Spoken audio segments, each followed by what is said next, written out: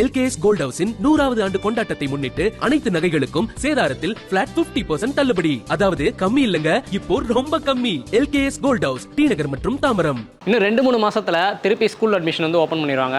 அப்ப உங்களோட குழந்தைங்களுக்கு வந்து புதுசா ஆதார் கார்டு எடுக்கிறதோ இல்ல எடுத்த ஆதார் கார்டில் அப்டேட் பண்றதோ அப்படிங்கிற ஒரு விஷயம்லாம் பண்ண வேண்டியிருக்கும்.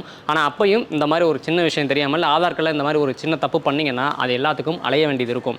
ஏன்னா ஆதார் கார்டில் பார்த்தீங்கன்னா அடிக்கடி வந்து கோர்ட்ல இருந்தும் சரி இல்லை ஆதார் ஆணையத்துல இருந்தும் சரி அடிக்கடி ஏதாவது ஒரு அப்டேட் வந்துகிட்டே இருக்குது. இப்போ ரீசெண்டாக மத்திய பிரதேஷ் ஹைகோர்ட்டில் நடந்த ஒரு கேஸில் வேலை சம்மந்தமாக நடந்த ஒரு கேஸில் கோர்ட் என்ன சொன்னாங்கன்னா ஆதார் கார்டையோ ஓட்டர் ஐடியை வந்து டேட் ஆஃப் பர்த் அப்படிங்கிற ப்ரூஃபாக எடுத்துக்க முடியாது அப்படின்னு சொல்லியிருக்காங்க. ஆதார் ஆணையத்துலேருந்து என்ன சொல்லியிருக்காங்கன்னா இது வரைக்கும் இறந்து போனவங்களோட 2 கோடி ஆதார் கார்டை வந்து ரிமூவ் பண்ணியிருக்கோம் அப்படின்னு சொல்லியிருக்காங்க. இதில் ஆதார் கார்டுக்கு வந்து புதுசாக ஒரு சின்ன மேரை உருவாக்கியிருக்காங்களா, ஏன்னா ஆதார் சேவையை வந்து மக்கள் ஈஸியாக புரிஞ்சுக்கணும் அப்படிங்கிறதுக்காக. ஆனால் ஆதார் கார்டில் கரெக்ஷன் பண்ணுறதுக்கு நம்ம இன்றைக்கும் அலைய அலைஞ்சிக்கிட்டு இருக்கோம். இப்படி தான் ஈரோட்டில் ஸ்கூல் படிக்கிற 2 பொண்ணுங்க ட்வின்ஸாக இருக்காங்க. அவங்களுக்கு வந்து ஆதாரில் பிரச்சனை போல் கைரேகை வைக்க முடியல, பயோமெட்ரிக் எடுக்க முடியல அப்படிங்கிற மாதிரி சொல்லி அவங்களுக்கு வந்து ஆதாருக்கு உண்டான அந்த சேவைகள் வந்து தள்ளி போட்டு அந்த நியூஸ் கூட நீங்கள் ரீசெண்டாக நியூஸ் சேனலில் பார்த்துருப்பீங்க. இதே மாதிரி சென்னை ஏர்போர்ட்டில் ஒரு ஃபேமிலி போயிருக்காங்க. அவங்களுக்கு அந்த குழந்தைக்கு ஆதார் கார்டை அது வரைக்கும் எடுக்கலையா இல்லை எடுத்து வச்சுருந்துட்டு ஏர்போர்ட்டுக்கு அவங்க எடுத்துகிட்டு போலையான்னு தெரில, ஆதார் கார்டு இல்லை அப்படின்னு சொல்லி அவங்க குழந்தைய வந்து அனுமதிக்கலை. அந்த நியூஸுமே நியூஸ் சேனல் நீங்கள் பார்த்துருப்பீங்க.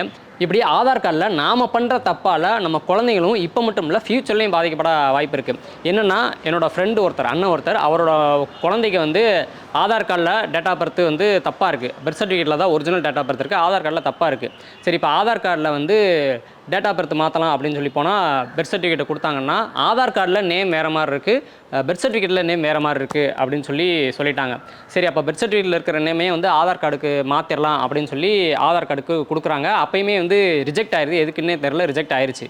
சரி, இப்போ என்ன பண்ணலாம் அப்படின்னு சொல்லி அவங்க வந்து ஸ்கூல் அட்மிஷன்லேருந்து மற்ற எல்லா விஷயத்துக்கும் அவங்களுக்கு வந்து பிரச்சனையாக இருக்குது. அப்போ என்ன பண்ணலான்னு சொல்லி கேட்கும்போது 1947 இதுதான் வந்து UIDAI ஆதாருக்கு உண்டான ஹெல்ப்லைன். இந்த நம்பருக்கு ஃபோன் போட்டு கேட்கும்போது அவங்க என்ன சொன்னாங்க அப்படின்னா, இப்போ குழந்தைங்களுக்கு வந்து ப்ளூ ஆதார் கார்டு ஒன்று எடுத்துக்கலாம், 5 வயசுக்குள்ளே வரைக்கும் வந்து அவங்க வந்து ஃப்ரீயாக எடுத்துக்கலாம். அதுக்கப்புறம் அவங்களுக்கு ஆதார் கார்டு எடுக்கணும்னா பே பண்ணணும். இப்போ 5 வயசுக்குள்ளே ஆதார் கார்டு எடுத்துட்டாங்க அப்படின்னா 5 வயசுக்கு அப்புறம் அவங்க வந்து அந்த பயோமெட்ரிக்கே மற்ற டீடைல்ஸ்லாம் வந்து அப்டேட் பண்ணணும். அப்படி குழந்தைங்களுக்கு வந்து 5 வயசுலேருந்து 7 வயசுக்குள்ள குழந்தைங்களுக்கு ஆதார் கார்டு அப்டேட் பண்ணுறோம் அப்படின்னா அவங்களுக்கு வந்து ஃப்ரீ. அதே மாதிரி 15லேருந்து 17 வயசு உள்ள குழந்தைங்களுக்கு ஆதார் கார்டு அப்டேட் பண்ணுறோம்னா அவங்களுக்கு வந்து ஃப்ரீ. இப்போ 7லேருந்து 15 வயசு உள்ள குழந்தைங்களுக்கு வந்து வர செப்டம்பர் 30, 2026 வரைக்குமே ஆதார் கார்டு அப்டேட் பண்ணுறது ஃப்ரீ. அதுக்கப்புறம் அவங்களுக்கு வந்து அப்டேட் பண்ணணும்னா 125 ரூபா பே பண்ணணும். அதே மாதிரி 17 வயசுக்கு மேலே உள்ளவங்களுக்கு ஆதார் கார்டில் அப்டேட் பண்ணணும் அப்படின்னா அவங்களும் 125 ரூபா பே பண்ணணும். அதுபோக 10 வருஷத்துக்கு முன்னாடியே ஆதார் கார்டு எடுத்த எல்லாருமே வந்து ஆதார் கார்டில் டெமோகிராஃபிக் டீடைல்ஸ், அதாவது நம்ம personal details, photo, address, gender, இந்த மாதிரியான பர்சனல் டீடைல்ஸை வந்து அப்டேட் பண்ணணும். அது வந்து வர ஜூன் 14 வரைக்குமே வந்து ஃப்ரீயாகவே அப்டேட் பண்ணிக்கலாம். ஆன்லைனில் ஃப்ரீயாக அப்டேட் பண்ணிக்கலாம். ஆதார் சென்டர் போனீங்க அப்படின்னா 50 ரூபா பே பண்ணணும்.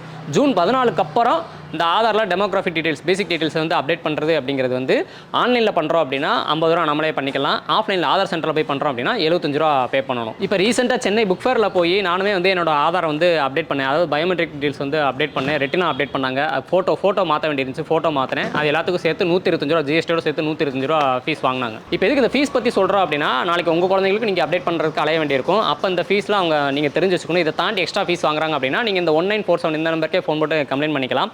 சரி, நாங்கள் அந்த 1947க்கு ஃபோன் போட்டு சொன்னப்போ அவங்க என்ன சொன்னாங்கன்னா, இப்போ எனக்கு தெரிஞ்ச ஃப்ரெண்டு, அதாவது அண்ணன், அவரோட பொண்ணுக்கு வந்து ஆதாரில் எல்லாமே பர்த் சர்டிஃபிகேட் எல்லாமே கரெக்டாக இருக்குது. பட் ஆதாரில் பேரும் டேட் ஆஃப் பர்த்தும் மாறி இருக்குது. இப்போ ஆதாரில் வந்து பேரை மாற்றணும், பர்த் சர்டிஃபிகேட் வச்சு பேரை மாற்றணும். ஆனால் பர்த் சர்டிஃபிகேட் வச்சு பேர் மாற்ற முடியாதான், நீங்கள் கம்யூனிட்டி சர்டிஃபிகேட் வச்சு நீங்கள் ஆதாரில் வந்து பேர் மாற்றிக்கோங்க அப்படின்னாங்க. கம்யூனிட்டி சர்டிஃபிகேட்டுமே வந்து இப்போ டிஜிட்டலாக வருது இல்லை ஃபோட்டோவோட, ஸோ அந்த கம்யூனிட்டி சர்டிஃபிகேட் வச்சு தான் நேம் வந்து மாற்ற முடியும்.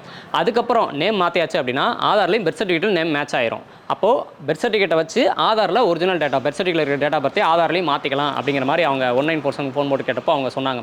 ஸோ உங்கள் குழந்தைக்கு, நீங்கள் குழந்தை பிறக்குது, உங்கள் குழந்தைக்கு நீங்கள் வந்து பர்த் சர்டிஃபிகேட் வாங்க போகிறீங்க, ஹாஸ்பிட்டலில் பேர் கொடுக்குறீங்க அப்படின்னா உங்களோட பேர், அதாவது உங்கள் அந்த பேரண்ட்டோட பேர் அவங்களோட ஆதார் கார்டில் எப்படி இருக்கோ அதை அப்படியே கொடுக்கணும். அதே மாதிரி அந்த குழந்தைக்கு என்ன பேர் கொடுக்குறோமோ அது ஸ்பெல்லிங் தப்பு இல்லாமல் கரெக்டாக கொடுக்கணும். இனிஷியலோட கொடுக்கணும்னா இனிஷியல், முன்னாடியே பின்னாடியா, இப்படி எல்லாத்தையுமே தெளிவாக கொடுக்கணும். ஏன்னா அதுபடி தான் அந்த குழந்தைங்களுக்கு ஆதார் கார்டு வரும். இல்லைனா அதுக்கு தப்பாக கொடுத்துட்டோம் அப்படின்னா ஆதார் கார்டில் அப்புறம் கரெக்ஷன் பண்ணுறதுக்கு அலையிற மாதிரி இருக்கும். ஆதாரில் டேட் ஆஃப் பர்த் மாற்றுறதுக்கு பர்த் சர்டிஃபிகேட் மாதிரியே மார்க் ஷீட்டு, பாஸ்போர்ட்டு, இந்த மாதிரி விஷயங்களையும் ப்ரூஃபாக எடுத்துப்பாங்க.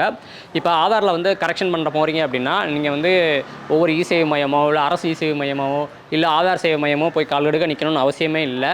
நீங்கள் சிம்பிளாக ஆதார் அப்ளிகேஷன்லேயோ இல்லை UIDAI வெப்சைட்லேயே போய் நீங்கள் அப்பாயின்மெண்ட் பண்ணி நீங்கள் எப்போ ஃப்ரீயாக இருப்பீங்களோ அந்த டே டைமில் அங்கே அவைலபிளாக இருக்க டேட் அண்ட் டைமில் வந்து நம்ம டேட் ஷெட்யூல் பண்ணி அந்த டைமில் போய் நம்ம வந்து ஆதாரில் தேவையான வந்து கரெக்ஷன்ஸ் நம்ம பண்ணிக்கலாம். அந்த ஆதார் சென்டர்ஸும் எங்கெங்கே இருக்குது அப்படிங்கிறத அந்த எம்ஆதார் அப்ளிகேஷன்லையோ இல்லை யூஐடி வெப்சைட்லேயே நம்ம பார்த்துக்கலாம். நமக்கு பக்கத்தில் எங்கே அந்த ஆதார் சேவை மையம் இருக்குது அப்படிங்கிறத நம்ம பார்த்துக்கலாம். இல்லை போஸ்ட் ஆஃபீஸ்லையோ இல்லை நேஷனலைஸ் பேங்க்லையோ இல்லை தாலுகா ஆஃபீஸ்லையோ கலெக்டர் ஆஃபீஸ்லையோ போய் கூட நம்ம மாற்றிக்கலாம். இந்த குழந்தைகளுக்கு ஆதார் கார்டு எடுக்கிறதுல இன்னொரு சம்பவம் நடக்கும். ஏன்னா குழந்தைகளுக்கு ஆதார் எடுக்கும்போது அந்த பேரண்ட் அவங்க அப்பா இல்லை அம்மாவோட பேர் பார்த்தீங்கன்னா பெர்த் சர்டிஃபிகேட் குழந்தையோட பெர்த் சர்டிஃபிகேட்டில் ஒரு மாதிரி இருக்கும், அந்த அப்பா இல்லை அம்மாவோட ஆதார் கார்டில் வேறு மாதிரி இருக்கும். அப்போ அதை காரணமாக வச்சு மிஸ்மேட்ச் ஆகுதுன்னு சொல்லி ரிஜெக்ட் பண்ணிடுவாங்க. ஸோ அந்த மாதிரி சம்பவம் நடந்துச்சு. இப்போ அந்த மாதிரி சம்பவம் நடக்குதா அப்படின்னு சொல்லி தெரில.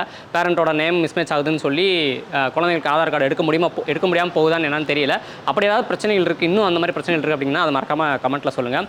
இப்போ என்ன நான் சுருக்கமாக சொல்லணும் அப்படின்னா, நம்ம குழந்தைங்களுக்கு முத பேர் அப்படின்னு சொல்லி எடுக்கிறது அப்படின்னு பார்த்தீங்கன்னா பெர்த் சர்டிஃபிகேட். ஸோ அந்த பெர்த் சர்டிஃபிகேட்டில் அந்த குழந்தைங்களோட பேர் இல்லை அப்பா அம்மாவோட பேர், அதுக்கப்புறம் குழந்தையோட டேட் ஆஃப் பர்த், அதுக்கப்புறம் அட்ரஸ், இது எல்லாமே கரெக்டாக இருக்கணும். அதுக்கப்புறம் அந்த குழந்தைங்களுக்கு ஆதார் கார்டு எடுக்கும்போது அது பெர்த் சர்டிஃபிகேட் இருக்க மாதிரி கொடுக்கணும். அப்புறம் அந்த குழந்தைங்களுக்கு ஸ்கூலில் சேர்க்கும்போது ஸ்கூல் சர்டிஃபிகேட்ஸு, டிசி, இது எல்லாத்துலேயுமே அந்த பெர்த் சர்டிஃபிகேட் ஆதார் கார்டில் இருக்கிற மாதிரி தான் கொடுக்கணும். அவங்க கையெழுத்து முதற்கொண்டு மார்க் ஷீட்டில் இல்லை ஆதார் கார்டில் எங்கே கையெழுத்து போடணும், மார்க் ஷீட்டில் எப்படி கையெழுத்து போடுவாங்களோ அந்த மாதிரி தான் மற்ற எல்லா அப்ளிகேஷன் ஃபார்ம்லேயும் அவங்க கையெழுத்து போடணும்.